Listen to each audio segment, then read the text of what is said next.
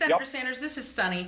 You say that the coronavirus crisis proves that our for-profit healthcare system is a failure. Can you explain why your Medicare for All plan would work better in this kind of scenario?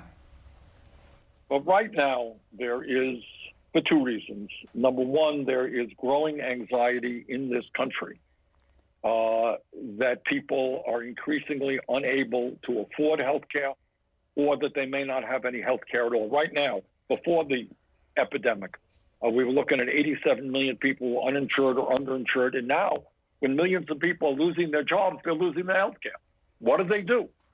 We have the absurd situation that the recent stimulus bill covered you for the cost of the testing that you may need for the coronavirus. It did not cover the treatment. So you've lost your job, you may not have any income, and now you're worried about health care. What Medicare for All does is not a radical idea. It does what every other major country on earth does. It guarantees health care to all of our people not tied to employment. You lose your job, you got coverage. You're a small business person, you got coverage. No deductibles, no co-payments. Second point about the dysfunctionality of the current system. How does it happen? I want everybody to think about this. We are spending twice as much per person as any other people on earth for healthcare, and yet we don't have enough ventilators. Our doctors don't have enough masks or gloves or gowns. That doesn't sound like a strong public health system, the likes of which we should have.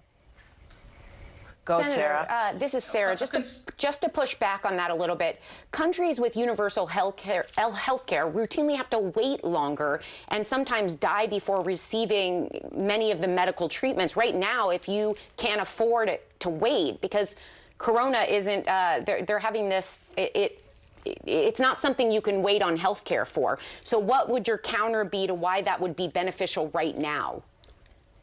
Well, Sarah, I mean, the truth is that there are long waiting lines before coronavirus. There were long waiting lines in the country for people who need health care. The truth is that in our country, there are, in many instances, other countries for normal procedures get health care a lot more rapidly than we do in this country.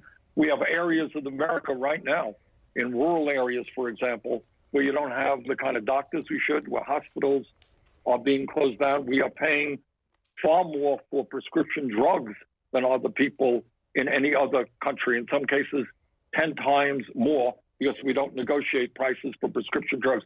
So I don't accept the basic premise of your argument. I think the truth is that in Canada and other countries around the world, their healthcare systems are far more popular than our system is, because the function of our system, to be honest, is to make billions of dollars in profits for the insurance companies and the drug companies, not to provide quality care to all people. Sonny, go ahead. Senator, some are accusing you of using the pandemic to push Medicare for All. And they're saying, you know, at this time, we should put politics aside and come together behind the president. What is your response to politicizing this allegation that everyone is politicizing? Well, I don't know who is making the allegation. You know, I have political opponents who make all kinds of accusations. But should we put politics aside and all come together? Of course we should. And when we all come together, it seems to me we have to do several things. One of them is guarantee health care to all people right now. The absurdity that you may be diagnosed with the coronavirus and you go into the hospital and you spend thousands of dollars getting treated, and maybe, God willing, you come out alive, well, you got a huge bill out there. If you're being diagnosed with cancer right now, the truth is that we have 500,000 people a year who go bankrupt because of medically related bills. So let us come together. You're absolutely right.